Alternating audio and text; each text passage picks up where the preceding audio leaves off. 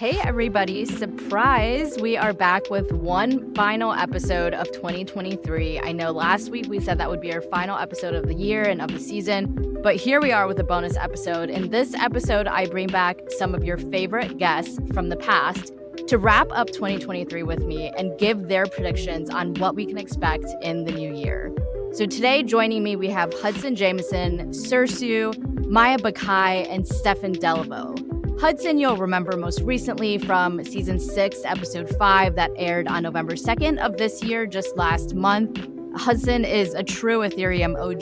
He's currently the VP at Polygon Labs. And prior to this, he worked at the Ethereum Foundation from 2016 to 2021. He helped co-found the Ethereum Cat Herders back in 2019, which is an educational platform and research hub that supports the Ethereum network. And then we have Sirsu, also known as Amir Suhaib Carter, who is one of the founders of Bakhai, an on-chain esports organization that leverages innovative technology to compete and build open and accessible experiences for their community. They've been around since August of 2021. They launched just like us with a Mirror crowdfund, although they raised 337 ETH in their Mirror crowdfund back in August of 2021. And they have just been doing amazing things ever since. They most recently took third place earlier this year at the Global Championships. So I'm super happy to have Sirsu back with us today. We have Maya Bakhai, who is the founder and general partner of Spice Capital, an early stage venture capital firm that is funding businesses solving problems for the next generation of internet native consumers. What I think is super cool about them is that they really try to focus on funding minority founders, such as women and people of color. And they've done a really good job with their fund. My original conversation with Maya was from season 5, episode 3, which aired back on July 6, 2023 of this year. And then finally, we have Stefen Deleveaux, organizer of Oasis Onchain and president of the Caribbean Blockchain Alliance. Oasis Onchain is a 3-day summit of consumer crypto, culture, and co-creation that will be happening from January 22nd to 24th of 2024 in Nassau, Bahamas. And the Caribbean Blockchain Association is an on-chain organization dedicated to promoting the adoption of blockchain technology in the Caribbean. Stefen first appeared on the podcast all the way back season 2, episode 11, which aired on June 30th, 2022. So definitely go back and check that out for more context. Again, Hudson's episode was from last month, season 6, episode 5. Sirsu's was season 5, episode 1, which aired June 22nd, 2023. Maya's episode aired on July 6th, 2023, season 5, episode 3. And finally, Stefen Deleveaux's episode was season 2, episode 11, which aired on June 30th of 2022. So in this episode, we are going to look back on 2023. We're going to talk about what were some of the most notable parts of 2023, which categories dominated 2023, what did the DAO space look like in 2023, what did gaming and NFTs look like, and then Hudson's going to cover the technical side for us. And then we're also going to talk about where we're headed in 2024. Is the bear market going to end in 2024? Are we going to reach an all-time high for Ethereum and Bitcoin in 2024? What are our guests most bullish on heading into 2024, whether it's in their domain or outside of their domain? This is a great episode. We had so much fun recording it, and it was really informative. I know I personally learned so much from our guests because even as somebody working in the space, it's really hard to get a pulse on everything that's happening in the space. So this was, I thought, a really good summary wrap up of everything that happened this year. I hope you enjoy it. I know you'll learn something new. And so without further ado, here is our bonus episode where we wrap up the year with some of our favorite guests from the past. Hope you enjoy.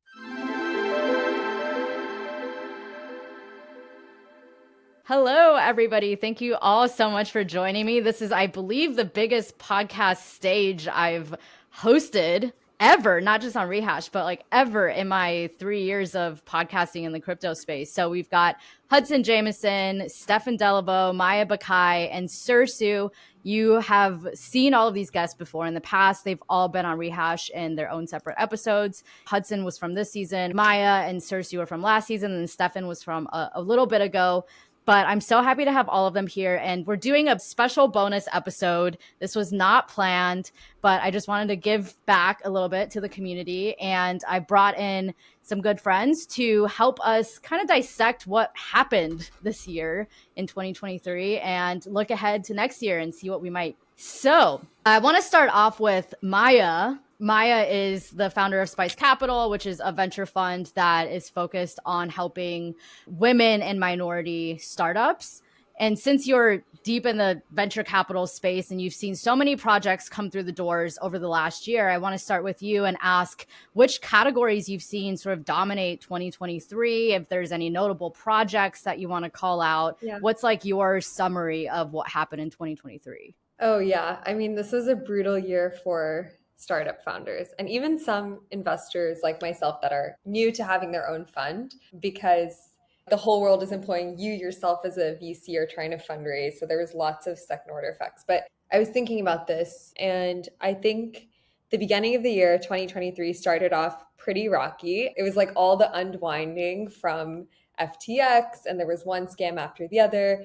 You had this macro with tech companies doing mass layoffs and crypto founders who thought they kind of operated in their own world, having to reckon a little bit with, oh, we're actually at the mercy of macro the same way every other category is, though we're a little bit different. So I think that was, I would say like Q1 and Q2, that was the theme across the board. It was looking pretty dark. Everyone that was trying to fundraise or even had tried in 2022, fall or winter, pushed it out.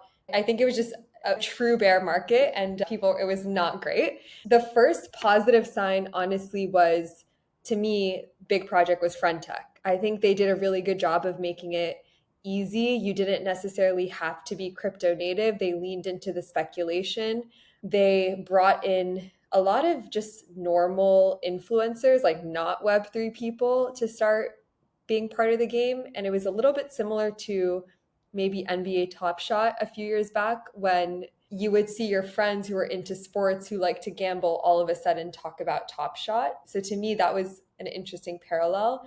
And I invest in a lot of consumer startups. And so I'm always thinking about, how is Web3 going to attract a critical mass outside of our Twitter bubble? So Frontech to me was the first like, maybe there is something in consumer that we should be paying attention to. When there's a lot of supply of projects, people try to differentiate off the tech and they focus on infrastructure. When there's not that many projects, there's not that much to do, you actually have to have a really good consumer experience. I think Frontech like took the first big swing there. I think shortly after, you saw TYB, Blackbird, folks that were tackling loyalty, which is something every single person that has been interested in crypto could come up with that use case. Like it wasn't a net new use case, but I don't think it was possible without Capsule, some of these embedded wallet companies that have made it so easy to onboard. And so that is a benefit, I would say, of like the 2022, early 2023 funding market. Those startups really prioritize, how do we get a good consumer experience? And I think what I'm trying to hint at is, we've been just pushing consumer further and further along. Each new project that pops off has a slightly larger user base. And I think it was only possible because of some of the infra stuff that had been worked on. And so I think those are kind of the main categories. The narrative that I'm interested in seeing how long will actually play out is the Solana narrative, which seems to be the new thing. Very similar Solana narrative to 2 years ago. What feels different is, I think the Solana folks, they really do have something to prove. They never had the same funding and the same resources and the same technical talent as the whole EVM ecosystem.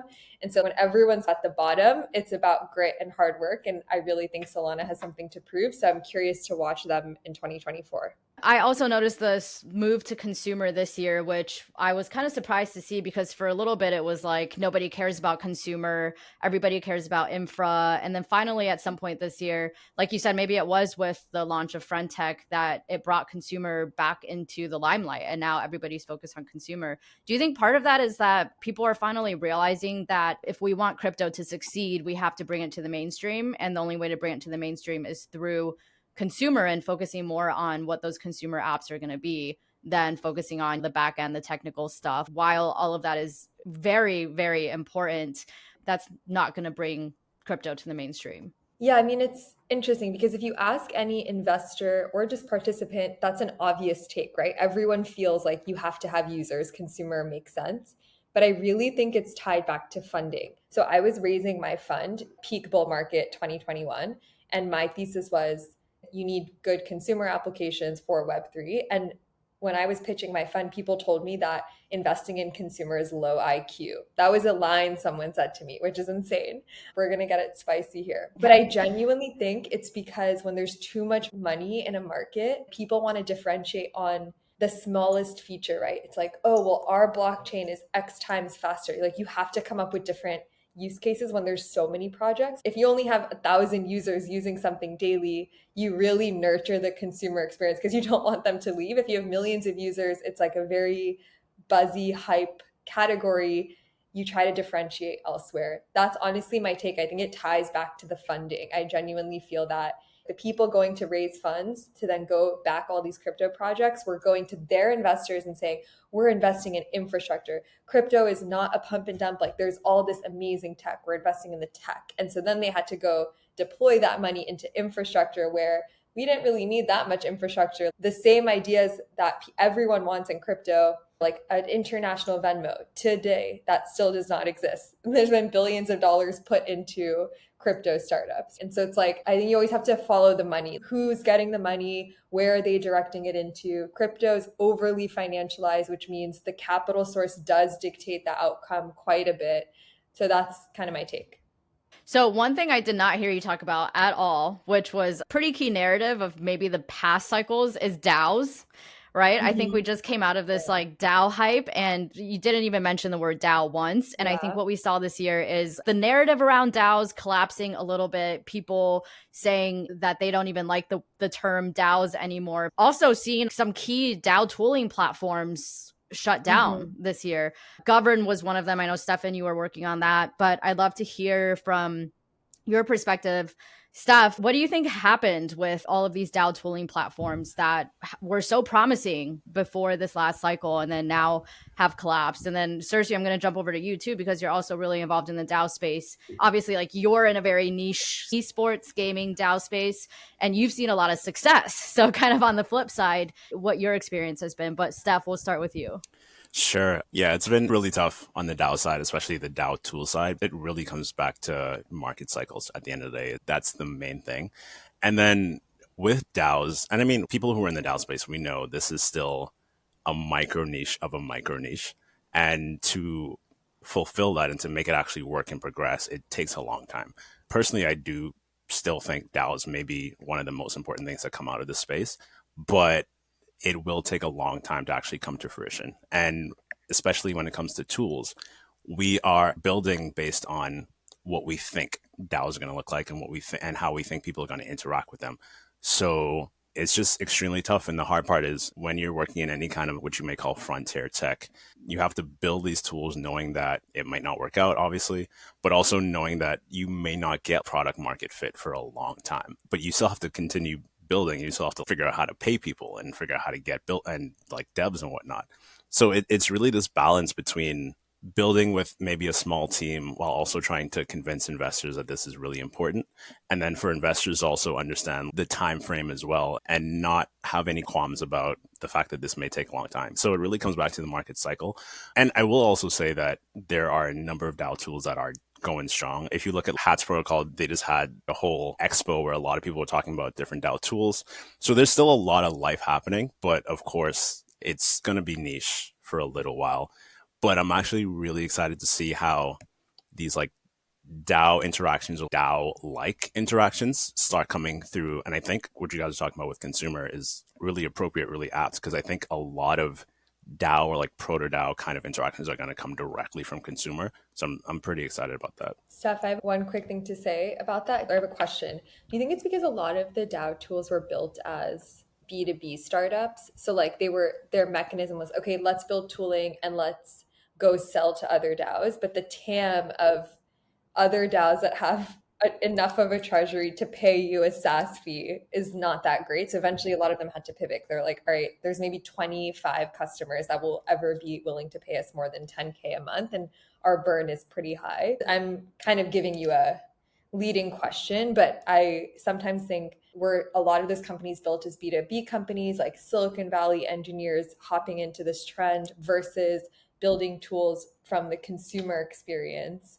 and just thinking about a DAO as a group chat or community with a bank account and empowering individuals rather than thinking of it as an org structure. Yeah, it's a good question. Honestly, it's not that black and white, but I think that's true for the most part because interestingly, from what I'm seeing, first of all, with DAO tools, being revenue positive is the hardest thing in the world, no matter what.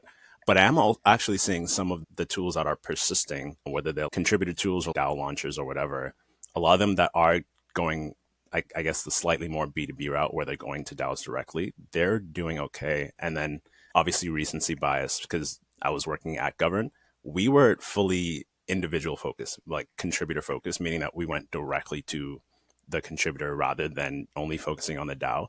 And that as well was very difficult. But it is also that I think no matter which side, it's like if the market isn't there right now, it's going to be tough either way. So for now, there's only going to be a few big DAO tools companies for a while. And then I think maybe when the bull comes back or maybe when people start caring about it again, we'll have this resurgence. But we'll see. I was going to say, like 2018 or 2019, I think Aaron messaged me somewhere and was just absolutely geeking out about governance to me and was like, I want to do this thing. Let's call it. So I had a call with them and they had this great idea.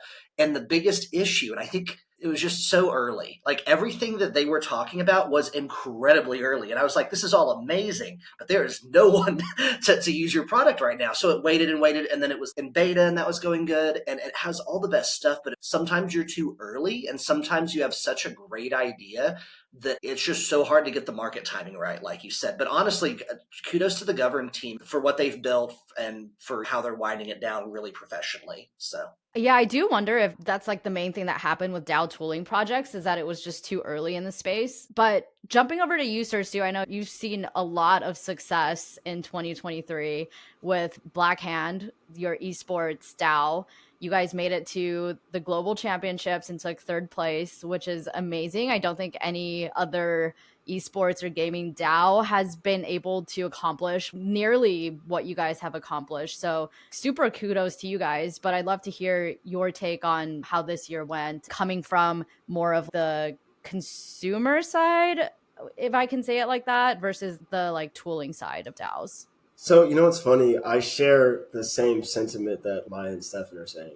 So it's like there's DAOs themselves that don't make a lot of money. Most DAOs don't. And then most DAOs that are formed as DAOs have very hard issues with coordinating people within the DAO to do things. So there's like, what's the Russian doll thing where you just keep opening up and it's just like more and more and more. It's like more and more and more. Russian nesting dolls. Thank you. Yeah. So there's these nested issues that sort of persist. And from like the root level, I think the reason why we've been successful, I think the reason why Nouns Esports, for example, has been successful, they're like the only other DAO that is, out of all the DAOs that exist, we're the only two DAOs that operate within the esports Web2 space. So they have teams in CSGO, Pokemon Unite, so on and so forth. We have teams in Apex Legends, PUBG, whatever. Our groups have both been pretty successful, although in one aspect, Nouns Esports is funded by Nouns.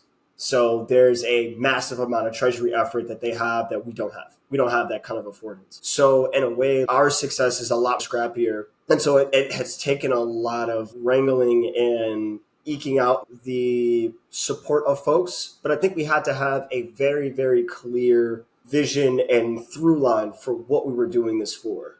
And that's what helped create the opportunities that we've been able to take advantage of so that we could find ourselves in a position to then win world tournaments like we did last summer and compete very high and place top 3 in world tournament. But I think for the most part, a lot of the issues we still face right now too is like coordination around payments. Like our teams that we manage are global. We have our Apex Legends team is Indonesian and Australian. So we've got different issues with payment there. We've had a team that's based in Nigeria, but some of our players were in Serbia. Another group of our players were in London, for example. And all of these different countries, cities and stuff, they all have different rules. Remember our first esports team, which was Halo, we had a team that we supported in Europe. One of the players was German.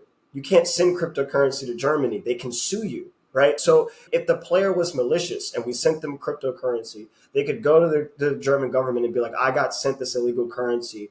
They could sue us. They would win that case and we'd have to pay them again. So there's like so many different aspects just in relation to how do we coordinate and make sure that we're sending value to the right people. And then also because we're a U.S. native entity, not necessarily in our formation, but just most of us operate in the States. We follow U.S. tax law and tax code and stuff like that. So we have to make sure that our books and everything else is above board. And there's so many different amorphous things related to like the regulation of finance and how payments are sent internationally. That's a massive issue we still got to deal with. Another thing is obviously like coordination and the fact that we'll have DAO tools that are cool and then they vapor away because we're only one of, like you said, 25 customers. But like we fit the use case. So like we have a lot of issues related to the coordination of getting people together to actually support the DAO. And so in a way, Black Hand, even though we're a DAO in that we have decentralized membership, anybody can buy our membership, anyone can vote on our proposals, anyone can propose if they own a token. All that stuff that is endemic of DAO qualities and DAO features is all there. But I think even operationally, we still don't really operate as a DAO, quote unquote. Like I'm mainly the person that's wrangling a lot of the people to push proposals. I'm doing a lot of the reviewing and the editing, and then we're posting that stuff up. We got a couple of dope contributors. Shout out to all of my contributors really for Black Hand. But for the most part, it still kind of feels like the decision tree is not in this more decentralized flat structure. There's still very much a clear hierarchy. And I think we're in this space where until there's more of us that are able to find the value, and I think getting to the money, like Maya, you were saying earlier, if we're able to, as a DAO, successfully show people that there's value in the culture and the communal side of this, there's value in the potential product and or services that can be born out of this sort of entity, and that we have this vast amount of liquidity so that we can really push these things forward, these trends forward, I think we'd be able to be in a much better position to even operate more as a decentralized DAO rather than doing something that's like, people are like, okay, whatever Sirsu is doing is what we're going to move into. And my goal has always been, this should be more about a communal effort. And so I'm trying to like lift other people, but it's hard to do so when you're cash strapped. So yeah, you got to get real scrappy with it. But honestly, I'm grateful that we even have the ability to do what we're doing. Sometimes it feels like a chicken or the egg problem, right? Because it's like on the one hand, we don't have the proper tooling we need to operate a DAO successfully. But then on the other hand, these DAO tooling platforms can't exist just to serve the same 25 customers. You need more users than that. So I do wonder sometimes how we're going to get ahead of that. What has your experience with fundraising been like and raising money in general over this past year during the bear market? Awful. Yeah. Raising money has not happened. I remember when we first did our initial crowd fundraise, August of 2021, I had literally everyone from Animoca brands and stuff like that asking me, how can we get in on this? In a way, there was an opportunity where we could have just definitely been like, oh, we're going to just do this and take a check. But we ultimately needed to really figure out what Black Hand was going to be representative of.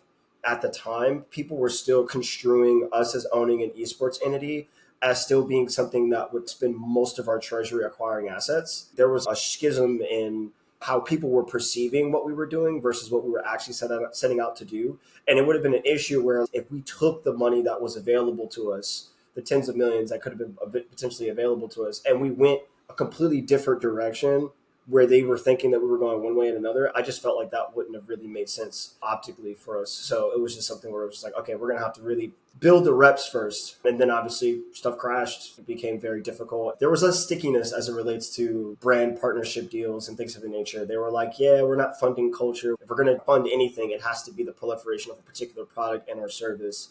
And many of them were also looking for product and or service exclusivity. And I felt like that also wasn't going to be beneficial for us too, because we now also have to bet that what you're doing and what you're building is going to last long enough for us to actually make use of this. And if like we're slowly building a community and you guys are slowly building up users, I felt like there was this great challenge in folks wanting to rely on DAOs like ours or other PFP projects to help sprout use cases or users for particular products when they still didn't figure out whether or not we're even the right community fit for what they're building. So there's just a lot of missed signals And so now, especially as it relates to this year, we spent more time really focusing on polishing our vision, our mission, our brand. And I think when people think about Black Hand and they look at it, by and large, everyone's always saying that Black Hand's like the best looking esports thing I've ever seen. So we're continuing to build that type of reputation. So by next year, and very early next year, we have the opportunity to reposition ourselves in a fundraising perspective and actually get some meaningful value out of it. But this year was awful. Any attempt did not work. We had to spend a lot more time building internally. And it's honestly, it was worth the exercise. I feel you on that 100%. I feel like we're all just trying to survive the bear market and make it to the next bull. And those who survive will presumably do well once the market comes back. But right now it's less about growth and more just about retention and keeping our heads above water. Moving over to you, Hudson, I want to hear a little bit about your technical recap of 2023. So far, everything sounds like it's been somewhat bleak in the consumer space and DAOs. So hopefully you have better news for us on the technical side. What has happened on the technical side in 2023 with L1s, L2s, and what have been some themes that you want to call out? Yeah, well, as always, the tech is up only. Everything is amazing. For the 8th year in a row, Vitalik has slain the monster that he has to slay every year to keep ETH running. There's like a background mechanism that the monster attacks. It's a whole deal. But yeah, and in reality, what's been happening is that I think this year has been very good for tech because the general saying that everyone has is, in a bear market, that's when people build, and that's when a lot of the protocol level tech flourishes. And it's not even that like there's more building, it's more that there's lower noise and more signal for that in the spaces that they're involved in that other people also share. So in a bull market, everyone on Twitter is yelling about all kinds of stuff, but then there's also people talking about protocol stuff, but it's super buried. Now, when nothing is going on, it's all about what's this project doing? What's the latest account abstraction EIP that we're all arguing about? So the overall sentiment this year, I guess I could have first say for the hack stuff, there have been major hacks this year, but a really cool thing that's been happening is I feel like in the last year, a noticeably huge increase in security people coming together and forming these new initiatives to help in hack recoveries. Like I'm involved in a lot of hack recovery war rooms and coordinating that. I'm a moderator of a security telegram for Ethereum. And then I also helped co-found Seal with Sam C's son earlier in the summer.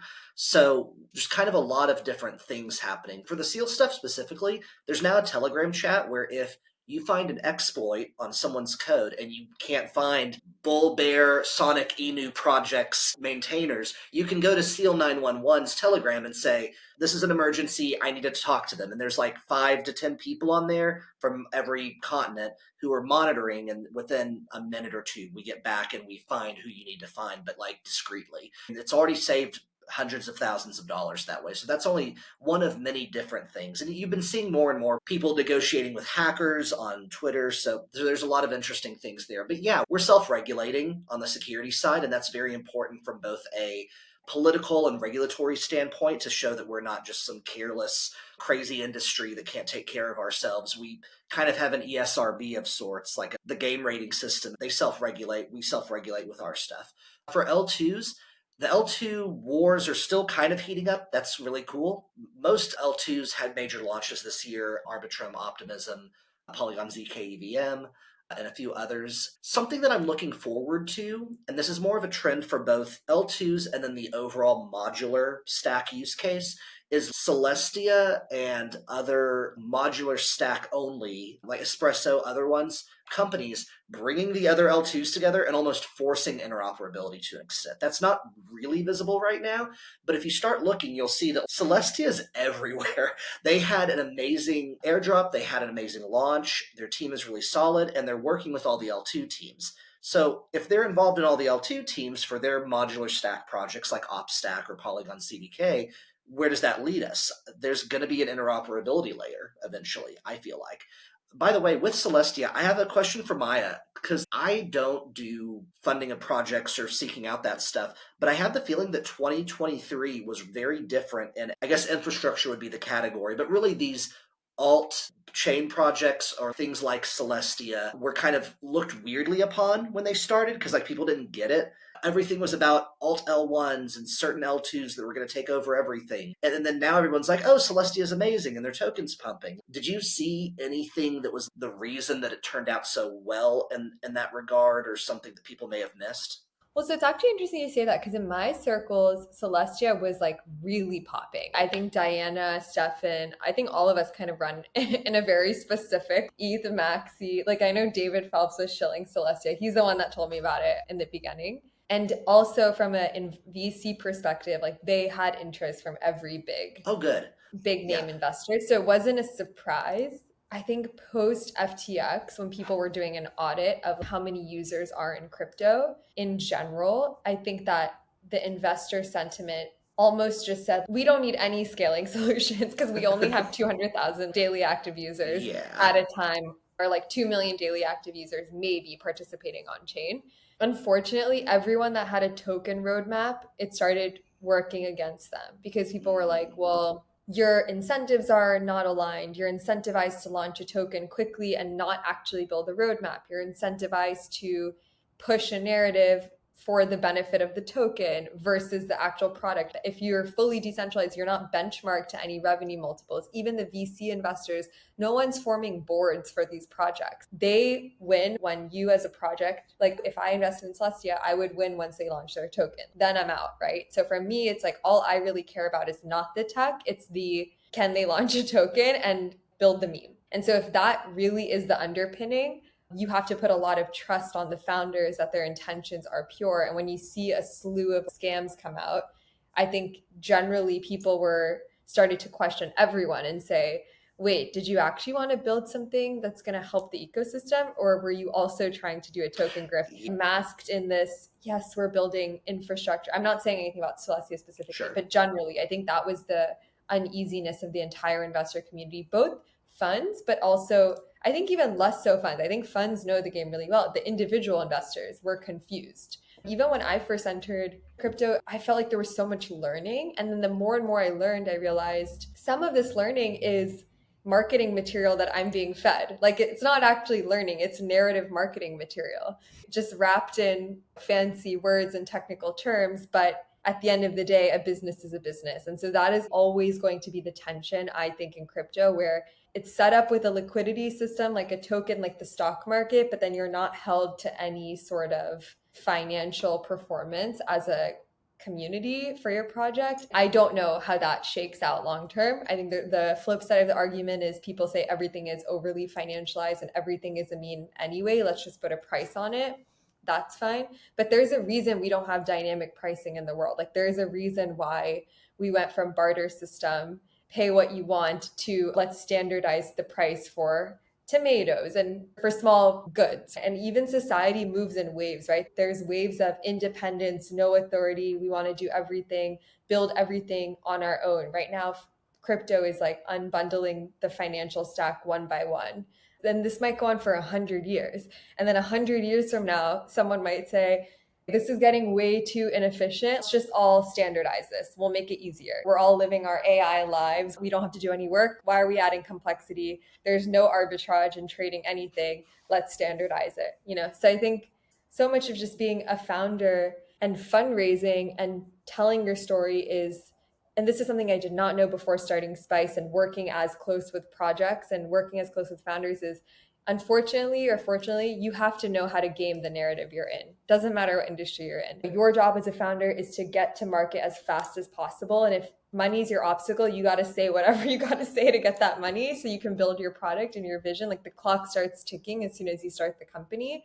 If it's really that big of a problem that you're solving and you think that it's important to solve ASAP, that is your North Star. If the narrative is DAOs, you better raise money for the DAOs. I think all of us learned that. If the narrative is modular blockchains, if the narrative is scaling, lean into that, do what it takes. It's important, unfortunately. And I completely agree. There is a lot to be learned from that world of being a founder. I have one failed startup, but it was a journey and I was way too early.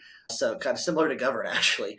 So one last thing I'm going to say on the tech stuff, and I also think this will touch on a little bit of what we've talked today about DAOs in general. This year, beyond any other years that I can remember, has really enforced for me just how much things can change from what we planned years ago for what privacy ZK stuff looks like to what it is today.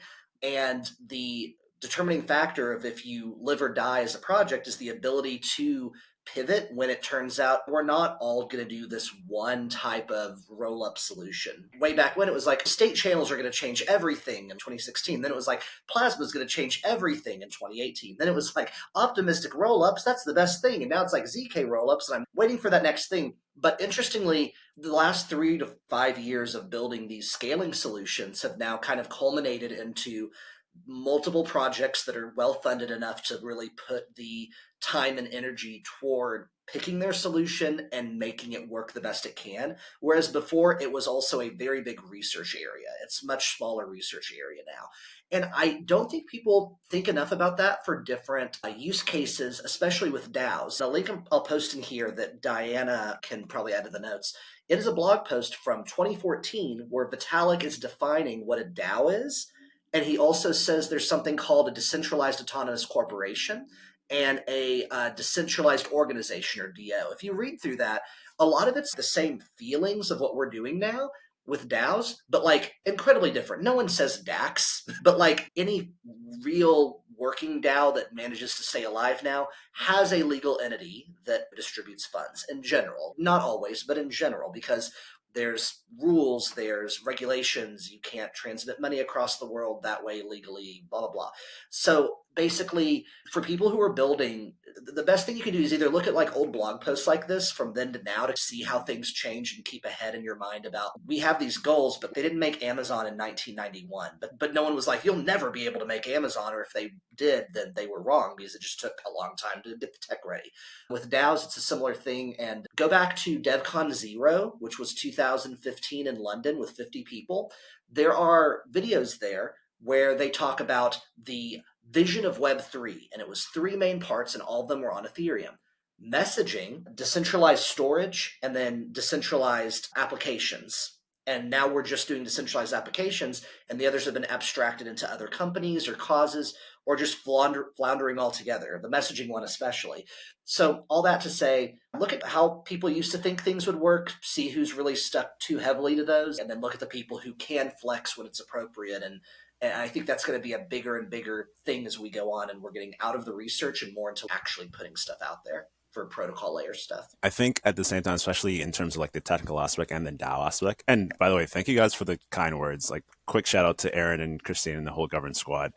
But jumping off of what you said, my thoughts, and I guess my whole thesis on DAOs has shifted quite a bit as well. As we were kind of slowing down in terms of govern, I wanted to take more time to see what else is happening in the space, see what else is going on.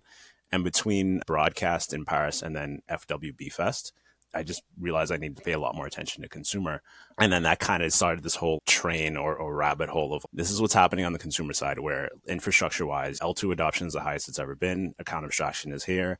So we can actually start bringing in new people where they don't have to go through the same thing. And that part is really important too, especially for decentralization.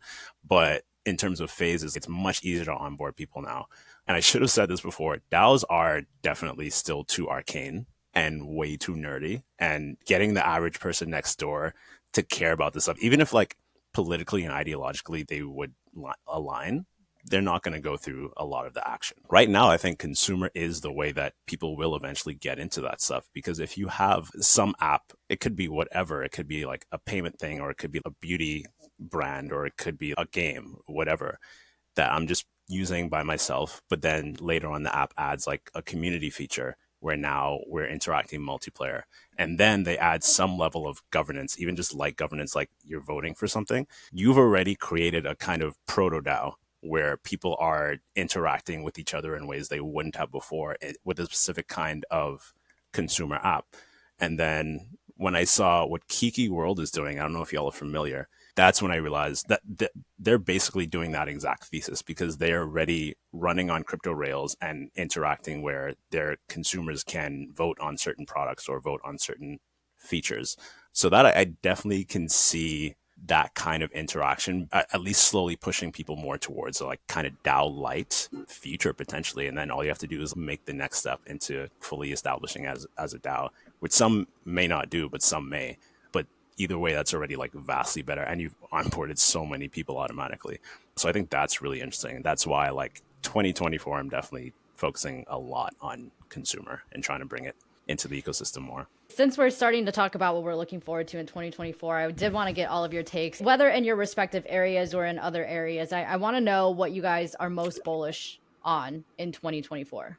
So, Stefen, you kind of already started Consumer. the train on that. If you have anything to add, feel free. If not, we'll kind of jump around. Sirsu, you want to go next? Sure. Yeah. So I wanted to touch on the thing that Steph was just saying really quick, and then I'll get to what I'm bullish on. What I find interesting too, I think from a DAO perspective, is it reminds me a lot of learning civics in grade school. I don't think a lot of people teach civics anymore in grade school, but the idea of understanding voting for local, state, federal government type stuff, the idea of having civic duty. I think what happens now is TikTok is being that thing that is teaching people about the world, and then it's like the strong reaction of the generation after us that's looking at what's been done. But what I think is interesting about a lot of that type of dynamic, and the same sort of dynamic that happens with DAOs now, is that you have this group of very vested people who are voting like on things from a DAO perspective. And I think folks have to be comfortable with the fact that it's going to stay small for a while until the overall meat and potatoes of the organization or of the corporation or whatever it is, the entity ends up becoming much larger. Then more people are going to come through and then find that means of being incentivized to stay and contribute. And so it ends up growing over time to where it becomes something that's ubiquitous as like America, where everyone knows that voting happens and you can participate. And there are people who have known about their voting rights forever and still choose not to. Right? You can't hack human behavior or do more than what is already out there. The only thing that you can really do is to build the carrots of incentive so that people can potentially play into it later. I just wanted to say that part real quick. The thing I'm bullish on definitely is gaming, but the opportunity of creating competitive spaces, not something where it's like high protein, high production, high value, and nothing so generically casual where it just feels like farming, but this nice in between where you have people who are enthusiastic about playing games, who are enthusiastic about having fun and building community in relation to this, thinking that they stack up with other people, and then creating an opportunity in which they are invited to play really new and emerging games that are coming out in this space, and then gain the type of incentives that they wouldn't have gotten from other games in the past. And I think that there's a really unique relationship between how developers now and players can really coexist in a space that helps build games that have their type of attention, that are no longer the kind of seeded community. For example, like Super Smash Brothers, the very first one was not even really meant to be a game when it first released. And then it ended up turning out to be something incredibly larger than Nintendo knew what to do with. And they gave us more iterations of this, but it still continues why Smash, the first one, is still one of the largest communities in the fighting game community space to date, is because there's just something so indelibly sweet about it that people want to cherish. And I think with Web3, we have this ability of creating more value that can be routed back to those kind of communities so that they can continue doing the same thing. So that's the kind of stuff I'm very excited about. I think I just tweeted this recently, but the devs are not going to be the ones bringing the next billion to crypto. It's going to be everybody else, the people building the narratives, the storytelling, all of the human aspects of it, and then having the devs obviously there and supporting in the back end. Hudson, as a dev, would you support that statement, or do you have other thoughts? I think Hudson's going to build something spectacular. He has so much Hudson. I mean, Hudson is a unicorn. Okay, we can't use Hudson as an example for all devs. Very That's true. just not the case. I will mention I have a failed startup, y'all. Y'all are really putting it the wrong. In the next year, everybody is completely, in my opinion, sleeping on the private blockchain that is usually connected to Cosmos related war that's going to go on. I guess I can think of it as like a privacy payments and privacy trading war that will go on between Entropy, Penumbra, and DarkFi. Those are three projects that are all at the same time working to kind of be what Zcash should have been, but is not going to be, and on a level and with better technology on things like Cosmos and other areas to make it so that you can have trading that is completely private, provably on ZK, that's easy to use and that can run more efficiently. Very, very brilliant people working on all those projects. It's really neat to see how they've been coming up. So be following them and the GigaBrains working on them. They're also just really weird people. Every one of the projects, the entire teams for all of them are fucking unhinged. So yeah, I'll follow their stuff. And then the other thing I'd say is in the next year, what I'm hoping happens is a lot more toward the consumer stuff. Yeah, I still think it's like a while till it's going to really be mainstream. But my definition of mainstream, and it's been this way for years and years and years, I don't think that Ethereum or crypto or anything is mainstream until I don't know I'm using it. In the same way where I don't know I'm using any of the underlying internet protocol layers when I go to Google. But on top of that, though, even though that is part of it, I think before then we will see some things where people directly interact with wallets on a large scale beyond just kind of the trials or short stuff we're doing now. Here's my alpha use case leak that I'm doing to everyone on the show. All of y'all have until Diana releases this episode to come up with a company for this, all right? Here it is. Every neighborhood in the US has a Facebook group and a Nextdoor like .com page for the neighborhood. And the people in this neighborhood are dedicated to being on there and both gossiping and showing that they help the most. Now, what other place could a DAO be more useful than somewhere like that, where you can show through things like appreciation points and entirely non-monetary things, but then having that DAO framework that then builds up the reputation score behind the scenes and then can be used for monetization purposes or reputation purposes or free tickets and NFT tickets to the favorite shows in town, things like that. So just get with Nextdoor, do something like that. Again, you all have until Diana releases the episode. Go forth. Term sheet. There you go. I think the 5 of us on this call should build it. Yeah, yes. Maya, you don't have to do any of the work if you fund us. That's awesome. That's my job. That's Hudson. I agree You completely. provide the capital, we provide the sweat capital. Well, What was that, Stefen? I agree completely. I've been thinking about this a lot, actually, especially on the HOA side. You just have to make it easy enough to use. But yeah, for sure. Oh, yeah, you could say this is the alternative to HOAs or like abolish HOAs. Everyone's behind that. Exactly. I mean, exactly. the bar for residential and property software is so low. Even crypto in its current state, which is like a bit of a disaster, would be the software is way better. For real. For real. Yeah. Maya, do you want to wrap us up and tell us what you're most bullish on in 2024? Yeah. So the privacy thing is really interesting, Hudson. I would love to jam on that more with you later. But for me, I think, agree with Sirsu. I think gaming is interesting, not in the play to earn sense, but more so the idea of having live experiences together. If we're spending a majority of our time on the internet and we're doing fun things, having fun on the internet in a way that's not overly financialized is really interesting to me. So any sort of game that is just simply fun, the crypto is in the background, like you were saying. Gaming's also exciting because there's all these tools now to make it a little bit easier to onboard folks and create a wallet and such. I really want the user experience and product flows to be better in crypto. I've been underwhelmed with how much money's gone into the ecosystem and the output. I feel like founders or builders are not talking to the neighbor next door or their Facebook groups. And I'm hoping that this capital crunch that a lot of these teams have kind of forces folks to say, we need to actually talk to our users and see who's willing to pay and build useful things instead of things that you think will give you more money or more reputation or push a narrative forward. So I'm not giving any finalized predictions, but I'm just excited for people to be in a state where there's no choice but to have a better consumer experience. Maya, we're going to test out this consumer interaction to see if it honestly. So I guess my slightly hot take is that the only way to actually test and see if consumer makes sense is to test it in non-US communities. And yeah, we're going to test this out. Plus the gaming side to it in the Bahamas in January. So y'all should definitely come through.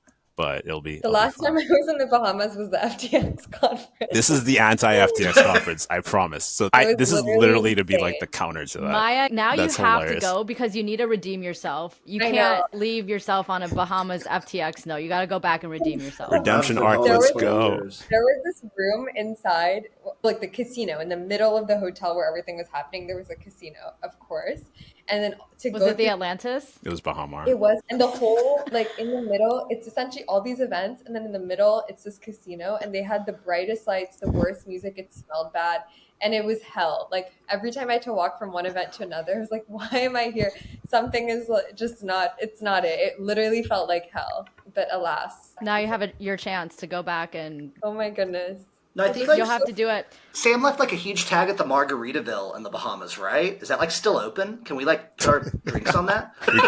We could try. I'm actually curious. So the Bahamas, after all of that, are they still pro crypto, or did they like, I don't know. When I was there, I was meeting some local folks there who were super excited for all this new innovation to come to the ecosystem and more real world use cases. I was at Art Basel and I talked to the Stellar team and they were talking about how they have a mobile app that like the UN is using to distribute aid. And I was like, that's so interesting. And then when I went to the Bahamas that time, people were talking about similar things like we're using the blockchain to help people in underserved areas for aid and donations and this and that. And I wonder if that all just got pulled back after FTI. Oh man, how much time do we have? But basically, the aftermath was really interesting. As someone who has worked in crypto education mainly for the last almost 7 years, I think, mainly in the Bahamas and the Caribbean, it did feel like the FTX thing uprooted all that work because people were like, oh, this crypto thing is a scam this whole time. So that was rough. But I will say on two fronts. One, on the government side, for both the government and the regulators, like our Securities Commission, they said, well, okay, that happened. That sucked. We will do better because in terms of watching out for bad actors, we still want to be extremely crypto friendly. We see how important this is, and we're going to continue to actually push the space, which I thought was incredible and it was really good to see. And then still fully confirming, but the director of our Securities Commission is going to speak at the conference. It's going to be a really good push, and I think it's just going to be super interesting both for builders and consumer to come down, not just to interact with each other, but to also interact with locals and have a chance to actually see people use the product in real time and then see what people are interested in at the same time as well. So it's not going to be obviously nothing to do with trading or exchanges or anything like that, literally just practical consumer stuff at the end of the day, which will be cool. And we'll have a heavy gaming component as well. Steph, tell us a little bit more about the Oasis conference while you're talking about it. So this is Oasis Onchain. The venue is this big restaurant that got converted into actually a pro crypto co-working space. It's such a beautiful venue. It's near the water. No casinos, no bad smells. It's just going to be really chill, really intimate, and just really about bringing people together at the end of the day, January 22nd to 24th. And that's going to be in Nassau. And honestly, like, not even joking, I want this to be the anti-FTX. You should brand it that way. That's how you get people. What's the website where people can go register or apply or whatever the process is? Sure. It's oasisonchain.xyz. And we also are on Twitter at Oasis Onchain. Sweet. We'll include that in the show notes too. Yeah. Last thing, I'm going to do a quick little rapid fire. Okay. So this is just going to be yes or no answers or just one word answers from all of you. I'll just go the way that you guys are shown on my screen right now. So first one is, will the bear market end in 2024? Yes or no question. Maya. Yes. Sirsu. Yeah, I think so too. Hudson. 1000%. Yeah. Yeah, I'm pretty confident about it. Cool. Okay, great start. We are bullish. Second question. Okay. Second question. Will Ethereum and or Bitcoin reach its all-time high in 2024? Maya. No. 2025. That's my prediction. Okay. Sirsu. Or later. I don't have a prediction, but no, it's not going to hit it in 2024. Hudson. Hold on. My employer, Polygon, I guess the lawyers are on the line. I can't speculate. What? No. I actually don't have an answer anyway, but just to be safe, I'm also not going to answer. All right, fine. Stefen. Okay, because I was also like, can I pass? You don't have an employer? You can't pass. No. Hudson, I understand, but Stefen, no. Hey, Steph is their own employer. I don't know how to respond to that. Yes or no? Yeah. All-time high? Okay, right. I'll pause and say, nothing we say on this episode is financial advice. Please do not consider any of this to be financial advice. Do not rely upon the information given here. Everyone is just guessing and speculating, and no one knows what they're talking about. Do your own research. In case of any federal investigation, I don't know how I got added to this call. I'm here against my will. I plead the one. Hey, you know what? I'll say yeah. Why not? Sure, why not? Yeah. All right. Sure. We got 2 no's, 1 yes, and 1 abstain. I was gonna ask this other one too, but now I feel like none of you guys are gonna answer. I was gonna ask, what will be the high price that Ethereum hits in 2024? Maya? I feel like I'm just like talking out of my ass. I have no clue. Everyone, I mean, yes. I just yelled that disclaimer. No one knows what they're talking I'll about. say it with confidence. Let's rip 4K. 4K even. Okay, Sirsu. I just had to look up what the all-time high was before. That's a good point. Yeah, what is So Yeah, the what was it? all-time high was $4,891.70 November shit. 2021. Right there, but I won't hit So it. you know what? Okay. I actually might Okay. change my answer from the first one from a no to a yes. Because Whoa. it doesn't seem like it's that much. It's not that far. That's more than double what we're Yeah, at but right now. What is it now, like happened in 2-2? 2020. Okay, all right. Here's the thing. Remember 2020? ETH was $350. ETH was That's a good $350. By the It time got down to 80. It got down to 80. Exactly. By the time dollars, it yeah. hit January 2021, we were already over $1,000, and then by the end of the year, it rallied to its all-time high. So what new all-time high is ETH hitting in 2024? I'd say 5K even. I'd say it's like Okay. slightly hits it. You know, it just kind of glides there, and then like Yeah. the dumping happens a little bit. Yeah, something like that. Hudson? I didn't understand the question. It was something about. Okay, Steph? So you know what's funny? I'm actually going to do the opposite of Sirsu and change my answer from yes to no. The previous one. Wow. Because No, I mean, we're I could be. manifesting bags. What are you doing? I don't the know what market I'm scene. doing. I'm just being counter. I'm also thinking about like the situation of 2020. Like we were in the middle of a pandemic, which is when ETH crashed, when everything crashed. Yeah. And then a lot of the narrative that pumped was related to everyone being inside. I'm just gonna go maybe.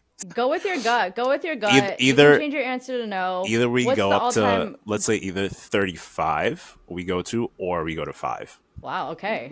No in between. Now write out the stepwise function or whatever math shit that like gets us to what your idea is.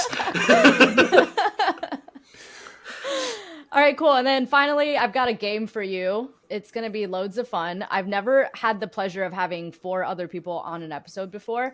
So this is the only time I can play this game. We're going to do this tournament style. So there's going to be 1 winner at the end of this. Okay, so we're going to do 3 rounds.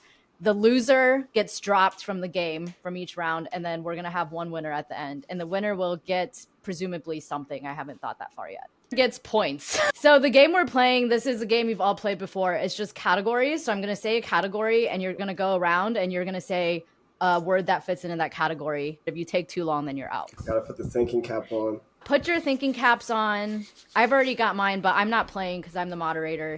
I've come up with the categories. The first category we're talking about is going to be blockchains. Okay, so this can be layer 1 chains, layer 2 chains, anything that can fall within the category of a chain is fair game for this exercise. Oh, so this is like And- with like a drinking game like King's Cup where you go around in circles Yes. and the Yeah, and and if if you you take would too like- long, then you're dropped. Okay. Exactly. We took too long on this one already. So we started with Maya last time. We're going to go in reverse order this time. So we're going to do Stefen, Hudson, Maya, Sirsu. So it's Okay, that's it's the order. obviously anything, right? Anything that can fall within the category of chain. So I'll go with everyone's favorite blockchain, Cardano. Stellar.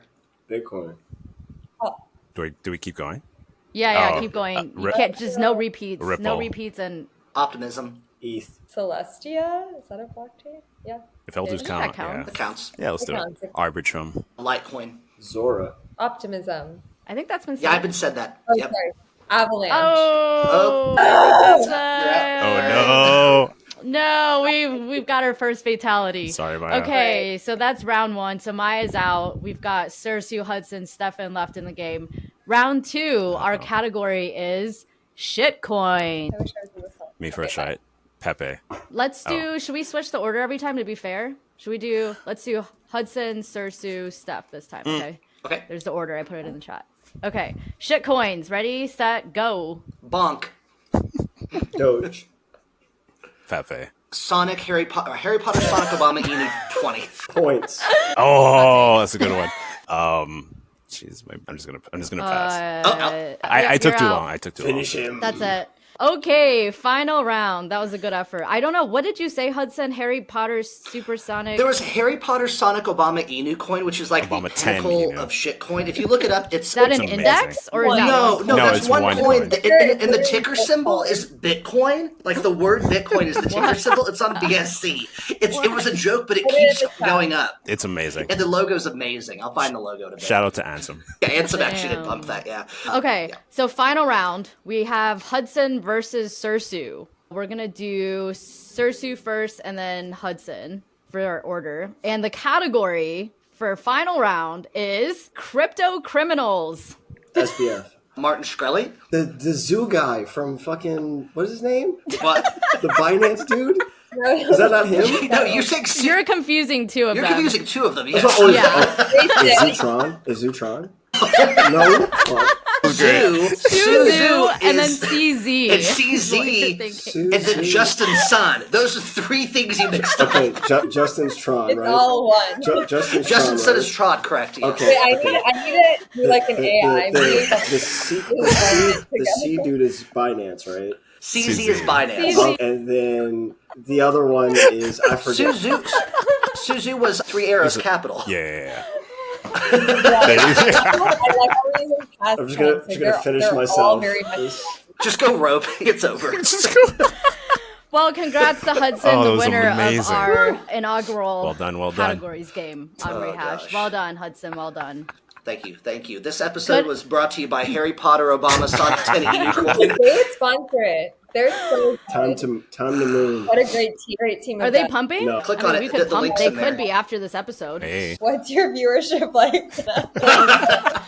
Not the CZ Tron, Look, listen, whatever it was you a conflated. it was a all good three of effort. them. Not the crypto I'm criminal so crew. sorry. You know Wait. what else would be a funny one? Like another category would just be like PFP projects. Oh, that would have We been. could- That's a good one. I That's had a good that one. on the list. Oh, I had nice. that on the list, and then I think I replaced it with like. Well, you know chains or what? something. You I don't got know. the comedy for the evening. I'm grateful to have. I did appreciate. Unfortunately, butchered Thank you. criminals' think we- names. I think we now don't think have anyone's to. gonna be mad at you for that. No. Wait, okay. I was thinking of something else about 2024, and even with some of these other folks, I'm really excited about the diversity in Web3 that didn't exist before Hell yeah. this cycle. It was Hell mostly yeah. a specific persona, and it's really expanded the types of people. There's so many more women, all types of ethnicities, people internationally. It's so interesting, and socioeconomic diversity, like that has to.